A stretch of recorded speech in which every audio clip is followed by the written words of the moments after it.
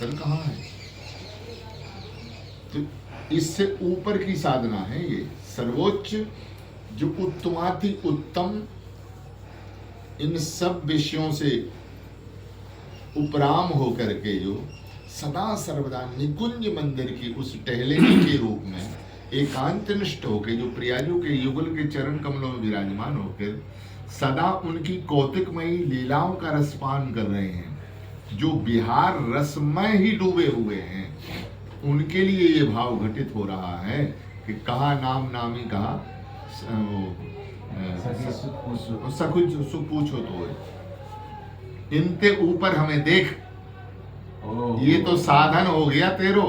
अच्छा, या नाम के आश्रय मेरे चरणों तक तू पहुंच गए हो, तो यह तो है साधन। साधन के फल स्वरूप हम किन उन भाव तरंगों में जो डूब रहे हैं, युगल यहाँ रसपान कर रहे हैं, परस्पर प्रिया प्रीतम का जो मिलन हो रहा है, उस मिलन के सार को तू अंतःकरण में विराजमान करके या में डूब जा। यह सार है, इससे बाहर कहीं कुछ नहीं है। उन तरंगों में तुम स्थापित हो, डूब जाओ। कहा सो पूछो। ये 40 साखी है भैया जी, 40 साखी में इतना रस वर्णन किया है कि कुछ मत पूछो। पूरा रस परक है, सिद्धांत की नहीं साखी, सिद्धांत तो अलग वर्णन किया। सबसे बड़ा यदि हरदासी परंपरा में साहित्य है तो स्वामी विहारेंद्र जी की वाणी,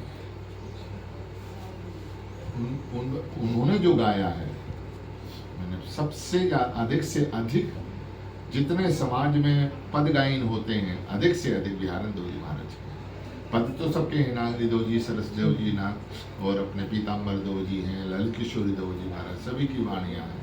लेकिन मूलतः इनकी वाणी, इसलिए इनको गुरुदेव की उपाधि दी, और कोई सामान्य कोटि नहीं थी। उस काल के अकबर बादशाह के प्रथम दीवान पद के ऊपर विराजमान थे विहारेंद्र जी महाराज, विशिष्ट दीवान पद के ऊपर।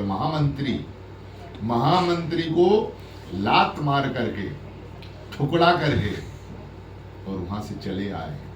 आसाम की लड़ाई के लिए भेजा था, तो बहुत बड़ा इतिहास है, कथा है वो। तो वहां पर उन्होंने जो जिस पक्ष में क्या नाम से वो उनका वो था विरोध, उनके लिए हनुमान जी सिद्ध थे। सरसदेव जी नागरीदेव जी के पिताजी थे। कालांतर में जो ये बन गए हैं नागरीदास जी और सरसदास जी महाराज, इनके पूज्य पिता थे आसाम। तो किसी तरह से परास्त नहीं होते थे, क्योंकि हनुमान जी कहते थे, उनको संकेत कर देते अब इस दाव को। उनके पास में बंदरों की सेना थी, कोई भी मुगल लड़ने के लिए जाता तो लाखों बंदर प्रकट हो जाते, लौच के उन्हें फाड़ फूड़ के बराबर कर देते, सेना प्राण बचा के भागती थी। ये ऑटोमेटिक प्रकट हो जाते थे, प्रगटाना नहीं पड़ता। हनुमान जी उनकी रक्षा करते थे, और स्वयं वो करेंगे रक्षा तो फिर उनको मारने वाला था। तब ये लड़ाई में पहुंचे थे, तो इनको भी परास्त होना पड़ा। लेकिन अब उसकी एक बीच की रास्ता निकाली कि विरोधाभास समाप्त हो सदा सदा के लिए। तो उसका क्या उपाय है? तो उसका ये उपाय है कि परस्पर संधि कर लिया। यही होता अंतिम निर्णय में, हार जीत में, कि परस्पर संधि कर लो तो हमारा आपका मेल हो गया, ना आपको बुराई है ना हमें बुराई है, तो हम समर्पित हैं। ये संधि का प्रस्ताव रखा। तो संधि का प्रस्ताव लेकर के नागरीदेव जी के पिताजी जो थे, उनका नाम स्मरण नहीं इसमें आ रहा है, वो गए और उन्होंने विनती की। तो हनुमान जी ने उनको कहा, हाँ प्रस्ताव तो तुम इसको स्वीकार करो, रखो, क्योंकि इसमें एक वो महापुरुष हैं कि जो सामान्य कोटि के नहीं है, अंतरंग ठाकुर के लाडले हैं, भगवान के लाडले हैं। तो वो महापुरुष इस सभा में हैं और उनके द्वारा ये प्रस्ताव रखा हुआ है। लेकिन इसमें एक कूटनीति है, और वो कूटनीति से तुम्हें धोखा होगा, लेकिन वो कालांतर में वो धोखा नहीं रहेगा, उसका फल तुम्हारे खाते में अच्छा जाएगा। इसलिए मेरी इच्छा है संधि कर लो। संधि का प्रस्ताव हो गया। अब उसमें यही होता है कि भंडारा भोज बने और दोनों पक्ष एक साथ बैठ करके जी में, ये संधि होती है, एक दूसरे का मिलन हो जाए। तो उस पक्ष का और इस पक्ष का, उसमें जो खान खाना नाम का मंत्री था उसने गद्दारी कर दी, बिहारन देव जी को पता नहीं पड़ा, और यहाँ से भूमिका बन रही है, ये भूमिका तैयारियां हो गई है श्री वृंदावन की, यहाँ से भूमिका तैयार गुरुदेव भगवान की। अभी तक तो मंत्री पद के ऊपर थे, ये भूमिका जैसी तैयार हुई तो उसने क्या है, भोजन में जहर मिला दिया।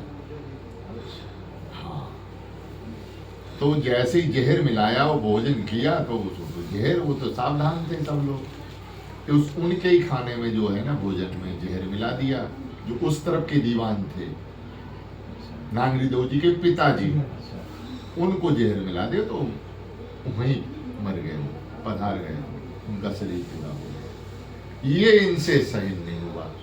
बिहारन देव, इतने बड़ा धोखा हमसे छिपा करके ये तुमने किया, ऐसे के राज्य में और ऐसे के पास रहना उचित नहीं।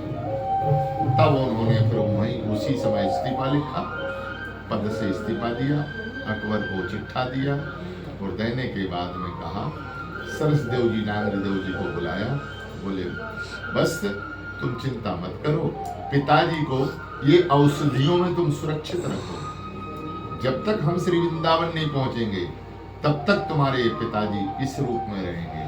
लेकिन हम जैसे ही आचार्य चरण स्वामी श्री हरदास जी महाराज का मंगल स्वरूप दर्शन कर लेंगे तो उनकी कृपा से तुम्हारे पिता जीवित हो जाएंगे। ये आशीर्वाद दिया बिहारन देव जी ने, और उन्होंने दोनों हाथ काटे, ये अपने दोनों हाथ काटे और ये दे दिए, ये प्रमाण है। बिहारन देव जी ने दोनों हाथ काट दिए। इसका कारण क्या है, बोले इनको हाथ क्यों काटना पड़ा, बोले अपराधी तो ये है ना, हमने हाथ मिलाया था, और ना हम हाथ मिलाते और हमारे हाथ मिलाने से गद्दारी, तो हमारे कहने से इन्होंने संधि की है, ना कि उनके साथ तो हनुमान जी बड़े प्रसन्न थे, इसलिए अपराधी हैं, तो ये इनको भी दंड मिलना चाहिए। तो उन्होंने अपने आप को दंड दिया, दोनों काट के रख दिए और वो सुरक्षित औषधियों में रख गए, और वहां से आसाम से चल करके पैदल चलते चलते वृंदावन पहुंचे। और रंग महल श्री निधवन राज में स्वामी श्री हरदास जी महाराज विराजमान थे, और विराजमान जैसे उनके मंगलमय दर्शन किए और उन्होंने साष्टांग बंदन किया है ऐसे, तो दोनों करकमल निकल आए उनके, जैसे थे वैसे के वैसे, और वही समय उन्होंने आशीर्वाद दिया। यहाँ करकमल निकले, वहां पिताजी थे, वो जीवित हो गए। उन्होंने, बच्चों ने फिर ये पूरा समाचार उनको दिया। स्वामी श्री हरदास जी महाराज ने अपने चरणों की शरण दी।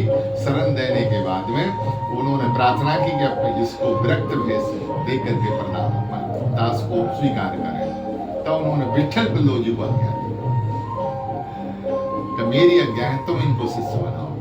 तो श्री विठल पिल्लो जी महाराज ने श्री बिहारन देव जी को शिष्यत्व प्रदान किया, शिष्य के रूप में स्वीकार किया। तो नांगरीदास जी व सरदास जी ने जब ये समाचार सुनाया, तब फिर उन्होंने कहा, ऐसे महापुरुष के ऋण से हम उऋण कैसे होंगे। तब बच्चों ने कहा कि महाराज पिताजी, अब तो एक ही बात है, अगर आप सदा सदा को हम लोगों को उनकी सेवा में भेज दो, ऐसे महापुरुष की सेवा हमें मिल जाएगी, तो आप इस ऋण से भी मुक्त हो जाएंगे।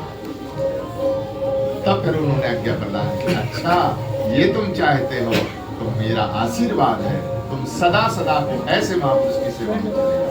दोनों बच्चों को आज्ञा प्रदान कर दी है, और दोनों परम विरक्त होकर के स्वामी बिहारन देव जी महाराज के शिष्यत्व को स्वीकार किया, उनके शिष्य बने हैं और जीवन पर्यंत उन चरणों की सेवा की। बिहारन देव जी साक्षात श्री प्रिया जी के अवतार है।